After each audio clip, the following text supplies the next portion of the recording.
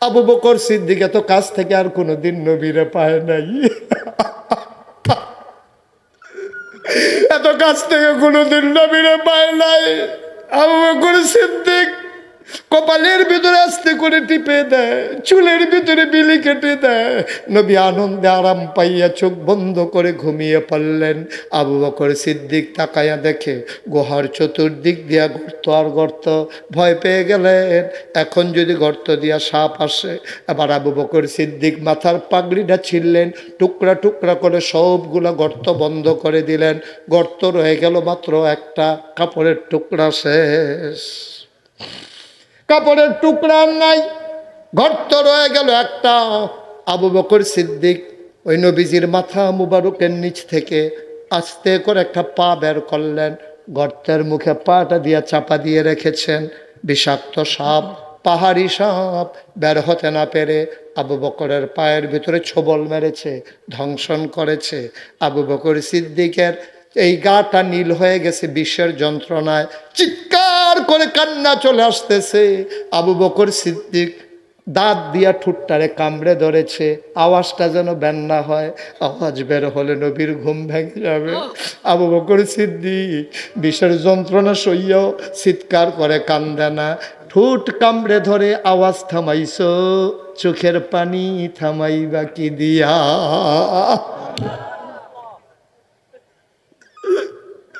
আওয়াজ থামানো গেল। আবু বকর সিদ্দিক চোখের পানি থামাবে কি দিয়া? টপ টপ করে 2 ফোঁটা পানি আল্লাহর নবীর গাল মুবারকে পড়ে গেল। আল্লাহর নবীর ঘুম ভেঙে গেল। আল্লাহর নবী লাফ দিয়ে বসে পড়লেন। ডাক দেখ আবু বকর, ও আবু বকর, তোর গায়ের রং যে নীল হয়ে গেছে। আবু বকর রে, কান্দোস কেন? নিশ্চয়ই বাড়ির কথা বড় মনে পড়ছে। ছোট বাচ্চার কথা বুঝি মনে পড়ছে রে আবু বকর, বিবির কথা বুঝি মনে পড়ছে। আবু বকর চিৎকার করে কয়, নবী গো, আপনি আমার কুলে। যেই নবীর চেহারার দিকে তাকাইলে বাচ্চারা দুধ খাওয়ার কথা ভুলে যায়, খিদার কথা ভুলে যায় সাহাবারা, আর আপনাকে দেখার পরে আমি বুঝি বাড়ির কথা মনে করে করে কানবো? বলেন কি? কয় তাইলে কান্দ কেন? আবু বকর সিদ্দিক কয়, মনে করেছিলাম বলবো না, কেন কাঁদি? না বলে তো আর উপায় নাই। নবী গো, সাপ আমার পায়ের ভিতরে ধ্বংসন করেছে। কয় দেখি দেখি কোথায় দংশন করেছে। আবু বকর সিদ্দিক পা উঠাইয়া দেখাইলেন। আল্লাহর নবী আঙ্গুল দিয়ে একটু লালা মুবারক বের করলেন, আস্তে করে কামড় দেওয়া জায়গায় একটু লালা লাগাই দিলেন।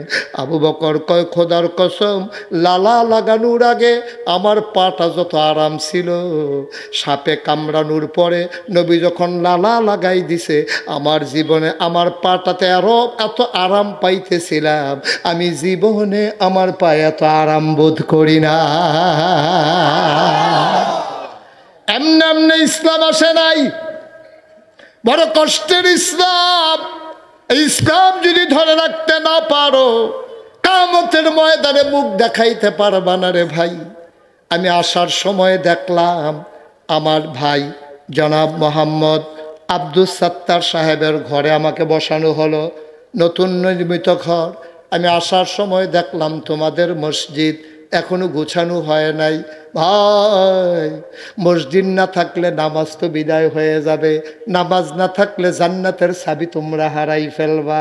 জান্নাতের চাবি যদি না পাও, জান্নাতে ঢুকবা কেমনে রে ভাই? আল্লাহর নবী কি কইছে তুমি শুনো নাই? আল্লাহর নবী কয়, মান যে ব্যক্তি মসজিদ বানাবে, কি মামবানা লিল্লাহি মসজিদান বানাল্লাহু লাহু বাইতান ফিল জান্নাহ, যে ব্যক্তি দুনিয়ায় মসজিদ বানাবে, বানাল্লাহু লাহু বাইতান ফিল জান্নাহ, যে দুনিয়ায় মসজিদ বানাবে অর্থাৎ মসজিদ বানানোতে যে অংশগ্রহণ করবে, বানাল্লাহু লাহু বাইতান ফিল জান্নাহ, আল্লাহ তাবারক ওয়া তাআলা জান্নাতে তার জন্য ঘর বানাবে।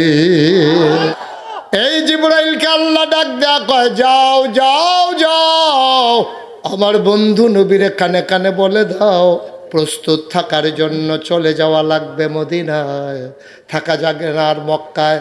জিবরাইল এসে ডাক দেয়া কয়, নবী গো, ফাইনাল ডিসিশন এখনো আসে নাই, প্রি প্রাইমারি ডিসিশান, আপনি প্রস্তুত থাকবেন, যে কোনো সময় যাওয়া লাগতে পারে। নবী চিন্তা করলো কথাটা এর জন্য অন্তত জানাই রাখা দরকার। এবার নবীজি ডাক দিলেন আবু বকর সিদ্দিককে, ডাক দেখো আবু বকর রে, ও আবু বকর, কারো কাছে বলার দরকার নাই, জিবরাইল জানিয়ে দিয়েছে মক্কায় নাকি আর থাকা যাবে না, যাওয়া লাগবে নাকি মদিনায়। জিবরাইল রে, ও আবু বকর তৈরি থেকো। আবু বকর এই কথা শোনার পরে বাড়িতে আর যায় নাই, চলে গেছে বাজারে। বাজারে গিয়ে 2টা ওট কিনছে। কি কিনছে? কইতেন না কয়টা? মার হাবা কয় না রে, কয়টা? কি কিনছে? 2টা উট কিনেছে জিবরাইল। ও মুসলমান, উট কিনা আবু বকর সিদ্দিক ওট গোড়া নিয়ে দিছে ইহুদির বাড়িতে। ইহুদিরে কইছে, ভাই তুমি 2টা উট ফালবা, মাসে যত দেওয়া লাগে আমি তোমারে দেব। কতদিন রাখবেন? কয়টা ঠিক নাই, কতদিন বলা যাবে না। ও মুসলমান, আবু বকর সিদ্দিক গেলেন বাড়িতে। রাতের বেলা তিনি আর বিছানায় ঘুমাইতে যায় না, দরজার ভিতরে পিঠ লাগাইয়া দাঁড়াই থাকে। আবু বকর সিদ্দিকের স্ত্রী ডাক দেয়া কয়, স্বামী আমার, আপনি দরজায় কেন দাঁড়িয়ে আছেন? ভেতরে আসেন। কয় না, বিছানায় শোয়া যাবে না। কয় কেন? কয় তুমি কারো কাছে বইল না, আমার নবীজি বলেছেন জিবরাইল তুমি তৈরি থেকো। আরে কি বলে আবু বকর, তুমি তৈরি থেকো, যে কোনো সময় চলে যাওয়া লাগতে পারে। বিবি গো, ও বিবি, আমি যদি বিছানায় ঘুমাই আমার ঘুম ঘাড়ো হয়ে যাবে। নবী বারবার দরজায় দাঁড়াইয়া ডাকা লাগবে, আমার কলিজায় মানবে না গো বিবি, আমি দরজায় দাঁড়াই থাকতে চাই। ডাকটা দিতে দেরি, আমি যেন হাজিরা দিতে দেরি না হয়। আশেকে রাসূল কারে কয়?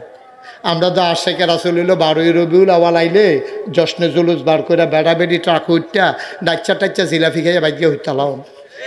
জিজ্ঞাসা নামাজের কি খবর? আপনার নামাজ নবীর প্রেম লইয়া ভিতরে আলা ফুটে গেছে, নামাজ পড়ে আসেনি রে কারবার। আহারে বাংলাদেশ রে। ওই আবু বকর সিদ্দিক বিছানায় পিঠ লাগায় না, দরজায় দাঁড়িয়ে দাঁড়িয়ে ঝুড়ায়, বারবার ডাইনে বামে পড়ে যেতে চায়। বিবি ডাক দেয়া কয়, আসেন আসেন আসেন। নবী ডাক দিলে কি বিছানা থেকে ওঠা যাবে না? আপনার তো সাংঘাতিক কষ্ট হইতেছে। আবু বকর সিদ্দিক ডাক দেয়া কয়, বিবি গো, কষ্ট শোয়া যাবে, আমার নবীরে কষ্ট দেওয়া যাবে না। ঠিক ঠিক ঠিক ঠিক ঠিক ঠিক। একদিন নবী এসে দরজায় নক করলেন, মৃদু সুরে একটা ডাক দিলেন, আবু বকর। এবার সাথে সাথে আবু বকর দরজা খুলে দিয়ে কয়, লাব্বাইক ইয়া রাসূলুল্লাহ। সুবহানাল্লাহ। নবী চমকে উঠলেন, তিনি থমকে দাঁড়ালেন, তিনি আশ্চর্যান্বিত হয়ে গেলেন। নবী আমার ডাক দেয়া কয়, আবু বকর রে, এক ডাকে তুই কেমনে উঠলি? তোর কি ঘুম আসে নাই? আবু বকর ডাক দেয়া কয়, নবী গো, আমি তো দরজায় দাঁড়িয়েছিলাম। কয় দরজায় দাঁড়িয়েছিলি মানে বুঝলাম না, তুই কি ঘুমাস নাই? ও নবী, আপনি যেদিন বলেছেন তৈরি থাকো, এর পর থেকে আর আবু বকরের পিঠ বিছানায় লাগে না।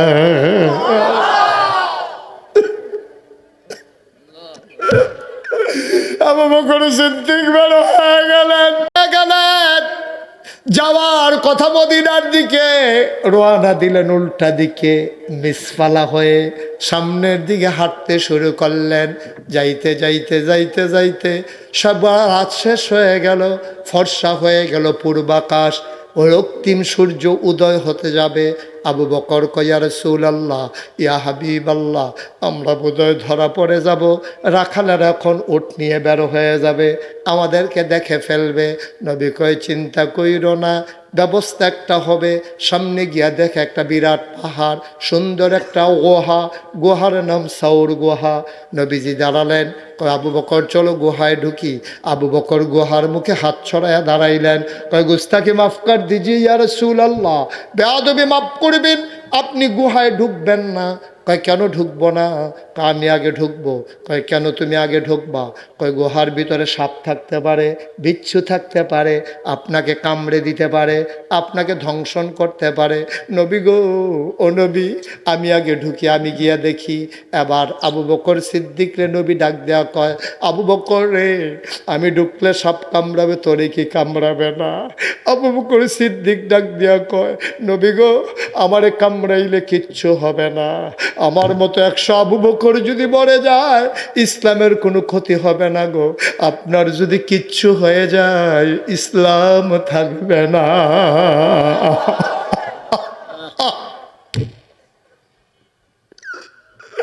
আমি আবু বকর মরে গেলে ইসলামের কিচ্ছু হবে না, আপনার কিচ্ছু হয়ে গেলে ইসলাম থাকবে না গো নবী। আপনি দাঁড়ান, আমি দেখে আসতেছি। এবার আবু বকর সিদ্দিক ঢুকলেন, পরিষ্কার করে এসে বললেন, আসেন, আহলান সাহলান মারহাবা, মোস্ট ওয়েলকাম, আসেন, গুহার ভিতর আপনাকে স্বাগতম। নবীকে নিয়ে ঢুকলেন। নবী বললেন, আবু বকর, ক্লান্তি পাচ্ছে, তন্দ্রা আসছে, তুমি একটু আসন পেতে বসো, আমি একটু ঘুমিয়ে নেই। আল্লাহর নবীর কথা শুনে আবু বকর সিদ্দিক আসন পেতে বসলেন, কোলের ভিতরে মাথা রাখলেন। আবু বকর সিদ্দিক এত কাছ থেকে আর কোনোদিন নবীরে পায় নাই, এত কাছ থেকে কোনোদিন নবীরে পায় নাই। আবু বকর সিদ্দিক কপালের ভিতরে আস্তে করে টিপে দেয়, চুলের ভিতরে বিলি কেটে দেয়। নবী আনন্দে আরাম পাইয়া চোখ বন্ধ করে ঘুমিয়ে পড়লেন। আবু বকর সিদ্দিক তাকাইয়া দেখে গুহার চতুর্দিক দিয়া গর্ত আর গর্ত। ভয় পেয়ে গেলেন, এখন যদি গর্ত দিয়া সাপ আসে। এবার আবু বকর সিদ্দিক মাথার পাগড়িটা ছিঁড়লেন, টুকরা টুকরা করে সবগুলা গর্ত বন্ধ করে দিলেন। গর্ত রয়ে গেল মাত্র একটা, কাপড়ের টুকরা শেষ। কাপড়ের টুকরা নাই, গর্ত রয়ে গেল একটা। আবু বকর সিদ্দিক ওই নবীজির মাথা মুবারকের নিচ থেকে আস্তে করে একটা পা বের করলেন, গর্তের মুখে পাটা দিয়া চাপা দিয়ে রেখেছেন। বিষাক্ত সাপ, পাহাড়ি সাপ বের হতে না পেরে আবু বকরের পায়ের ভিতরে ছোবল মেরেছে, ধ্বংসন করেছে। আবু বকর সিদ্দিকের এই গাটা নীল হয়ে গেছে বিষের যন্ত্রণায়, চিৎকার করে কান্না চলে আসতেছে। আবু বকর সিদ্দিক দাঁত দিয়া ঠুট্টারে কামড়ে ধরেছে, আওয়াজটা যেন বেন্না হয়। আওয়াজ বের হলে নবীর ঘুম ভেঙে যাবে। আবু বকর সিদ্দিক বিষের যন্ত্রণা সইয়াও চিৎকার করে কান্দে না। ঠোঁট কামড়ে ধরে আওয়াজ থামাইছো, চোখের পানি থামাইবা কি দিয়া?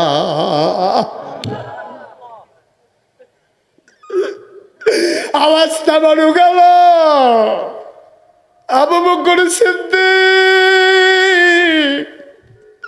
চোখের পানি থামাবে কি দিয়া? টপ টপ করে 2 ফোঁটা পানি আল্লাহর নবীর গাল মোবারকে পড়ে গেল। আল্লাহর নবীর ঘুম ভেঙে গেল। আল্লাহর নবী লাফ দিয়ে বসে পড়লেন। ডাক দেখ, আবু বকর, ও আবু বকর, তোর গায়ের রং যে নীল হয়ে গেছে। আবু বকর রে, কান্দোস কেন? নিশ্চয়ই বাড়ির কথা বড় মনে পড়ছে।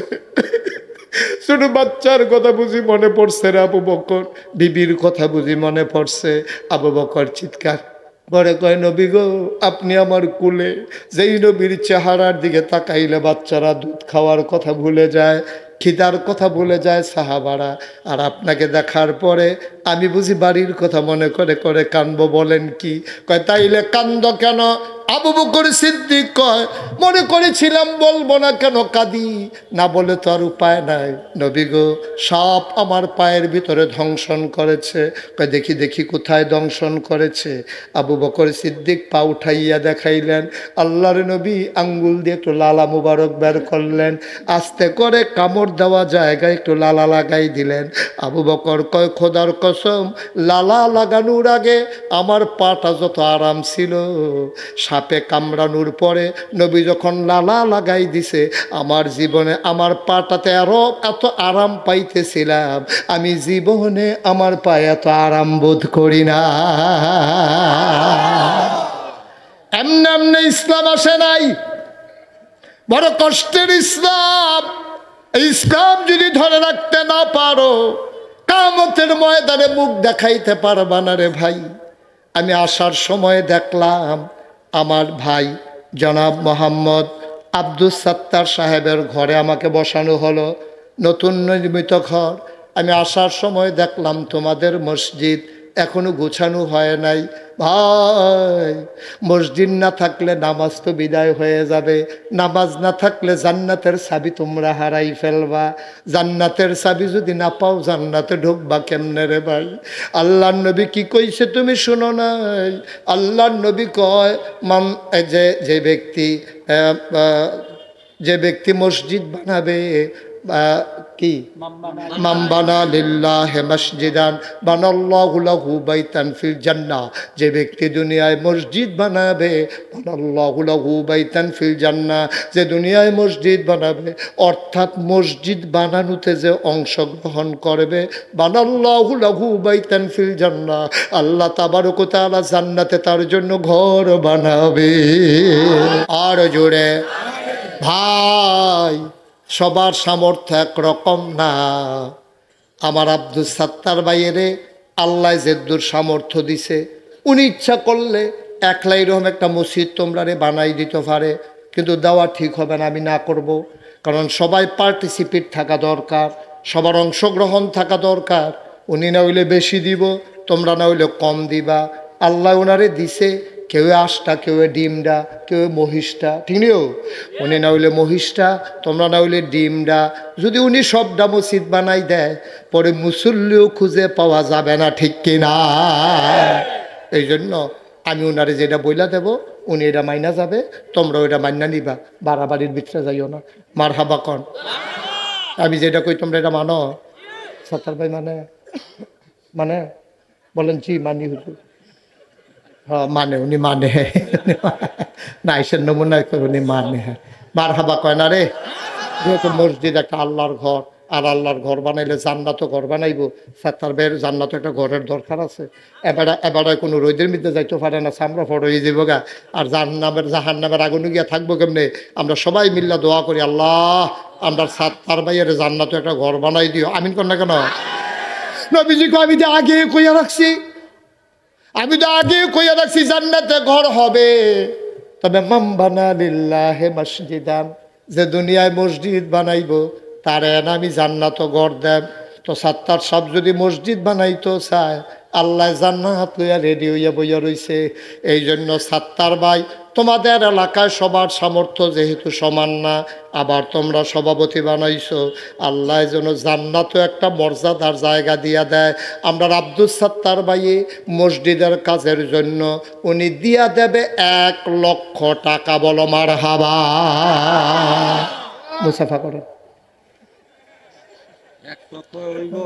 না, এমনি প্রথম আমারটা দিবেন, এরপরে তো আপনি বুঝবেন। এই দেখছ বেড়াই, এবারে কিন্তু দইটা যাইও না, দইটা যাইও। এবার আমি যখন কইছি 1,00,000, 1,00,000 হইব, দেখছ কারবার, দেখছ তোমরা তো কিতা কইতাম রে তোর কথা রে। ইনশাল্লাহ মাশাল্লাহ 1 মাসে একটা করে চেষ্টা করে মসজিদ করার, সব দেশে জানে। ইনশাল্লাহ এই মসজিদের যে বাকি কাজ আমি কইয়া দিলাম আর কি 1,00,000, এরপরে মসজিদ করতে গিয়া যা লাগে আমরা আব্দুস সাত্তার ভাইয়ের উপরে দায়িত্ব দিয়ে গেলাম। এটা সুন্দর করে বাহিরা শেষ কইরা আগামী বছর যদি কোনো কারণে আমি যেন আইয়া দেখি মসজিদরা ওইয়া রইছে। মুসাফা করে